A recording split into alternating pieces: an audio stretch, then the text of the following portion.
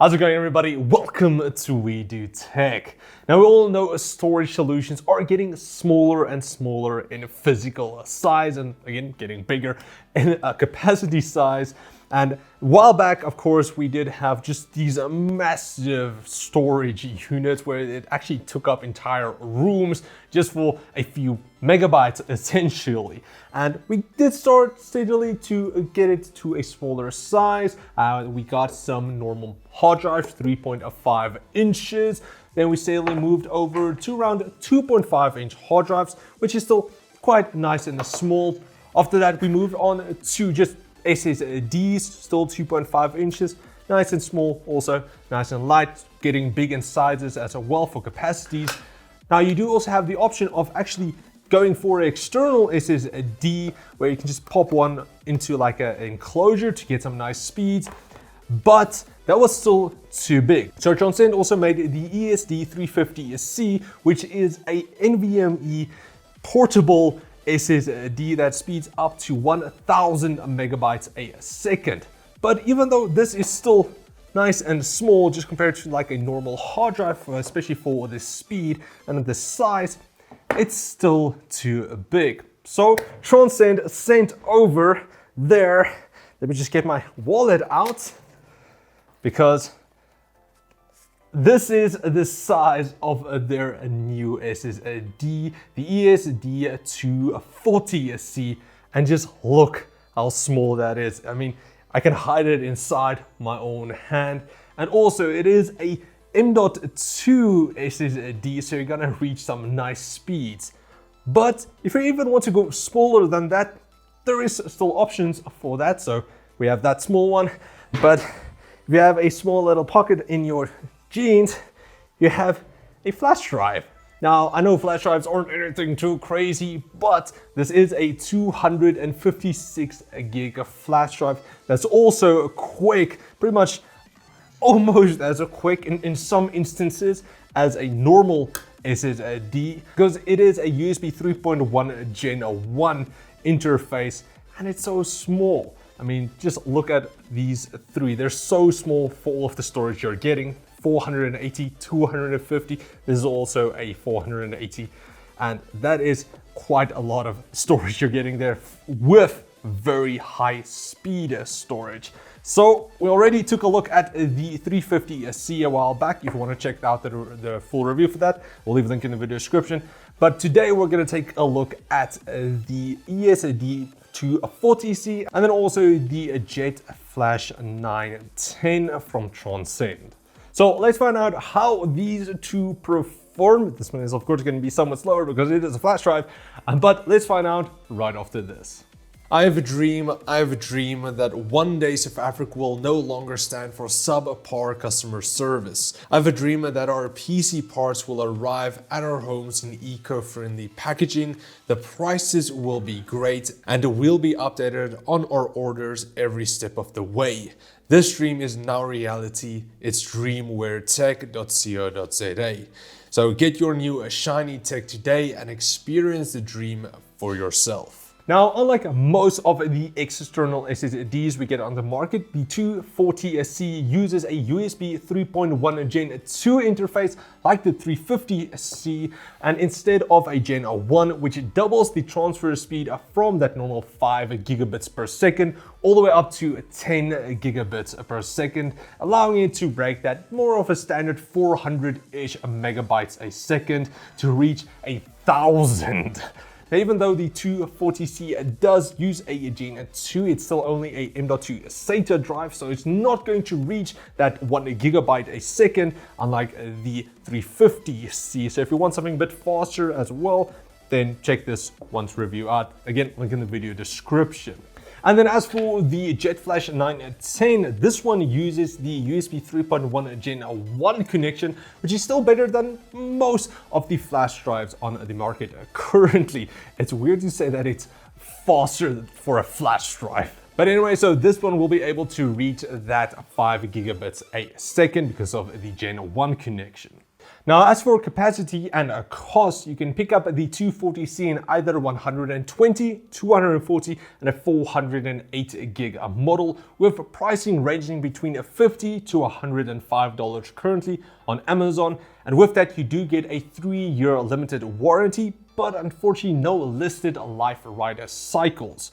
And then as for the 910, you get this one in a 128 or a 256 gig model, with pricing ranging between $40 to $70 on Amazon. Both of these drives are built with an aluminum alloy housing to help distribute some of the heat it might have, again, especially because of the small size. And with the 240C, you do get included a Type A to Type C cable, and then also a Type C to Type C cable. As for the Jetflash 910, you get a cap. So yeah, at least you get something. Now, like I mentioned before, the 240C uses the USB 3.1 Gen 2 interface. So just make sure that your device that you're going to use it on does actually have that connection. I know it might be a bit hard to really know the difference because the USB manufacturers kind of butchered the entire naming schema there. But the easiest way to know is either with the SS Plus or the SS little 10 text next to your USB port, or just by using a Thunderbolt 3 connection. All of those should be fine. And for the normal 910, that's also just going to need an SS next to the USB port to really know. Now, as for the performance, the samples we have here is again the 240 gig model for the 240C, and then also the 256 gig model for the 910. Now, keep in mind there might be a slight difference in performance compared to the different capacities. We have seen that before, but overall it should be close to the same. Now, also for the testing, we did use Gen 1 and Gen 2 ports. So for those who only have a Gen 1 connection, it's going to show you what performance you might be able to get. Now, I did also do a couple of tests comparing these two to multiple other devices that I used before, including an internal NVMe SSD, a SATA internal SSD, and then also that SATA internal inside a USB 3.0 enclosure. We did also throw in just a normal USB 3.0 flash drive. But yeah, it kind of sucked, to be honest. So then from the benchmarks, we can see that in most of the tests, the 240C beats the internal SSDs in the USB 3.0 enclosure. However, it did struggle against the 350C, which again is an NVMe external SSD. Now, keep in mind, there's also around a $40 price difference between those two, so yeah. However, when it came to sequential reads and writes, the 240C did actually stay level with the other competition. Now, to no surprise, the FlashJet 910 did do quite badly in the random reads and writes, but it is still a flash drive, so just keep that in mind. But when it comes to sequentials, it actually did keep up quite well here with the other SSDs. It's kind of weird to really compare a flash drive to an SSD. I didn't think that would actually happen, but yeah, it's interesting at least. Now, as for file transfers, we did take a 38 gig Steam backup that we copied the file from a Samsung 960 EVO internally to the SSD and the flash drive to test the write speed. Then we copied it back to that same SSD to test the read speeds. And then finally, we made a duplicate on the same drive, both on the 240C and also the 910. Now, we did also just compare it to a USB 3.0 normal flash drive to see how it compares. Now, because this is only a 32 gig capacity, we did have to make some adjustments to the file sizes to do the test. And yeah, I did lose quite badly.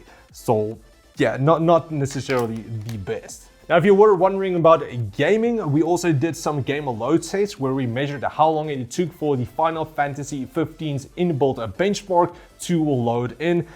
And of course, to really no surprise, there wasn't really that big of a difference between all of them. We have tested this before on other SSDs as well, internally and all of that, and it doesn't really make a difference. Same with Windows boot, it's so close these days.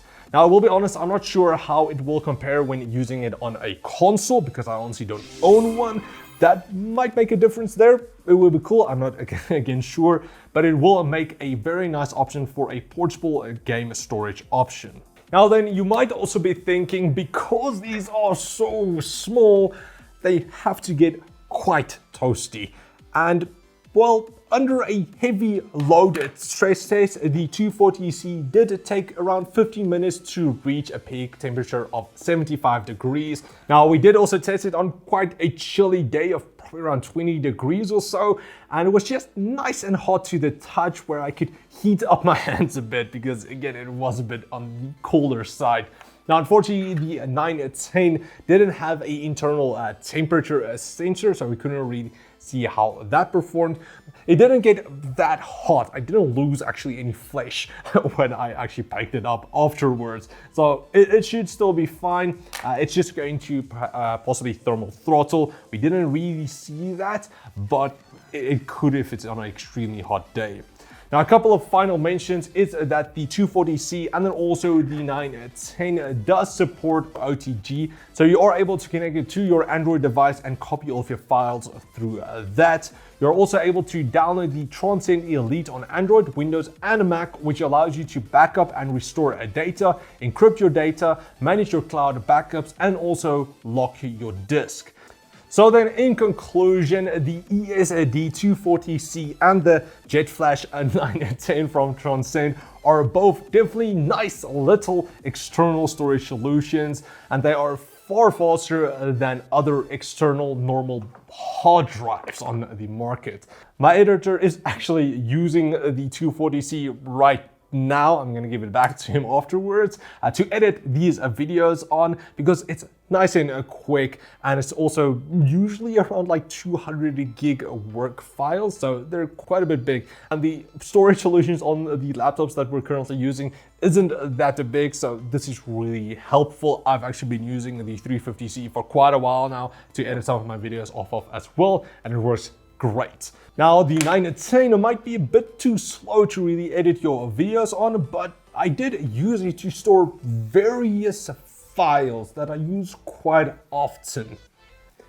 So I'm glad that Transcend sent both of these over. I'm actually just going to connect this one onto my car keys, so I always have one on hand, and replace the current USB 3.0 version one because it's just so slow. So that's pretty much it for my review of, again, the 910 Jetflash and then also the ESD240C from Transcend.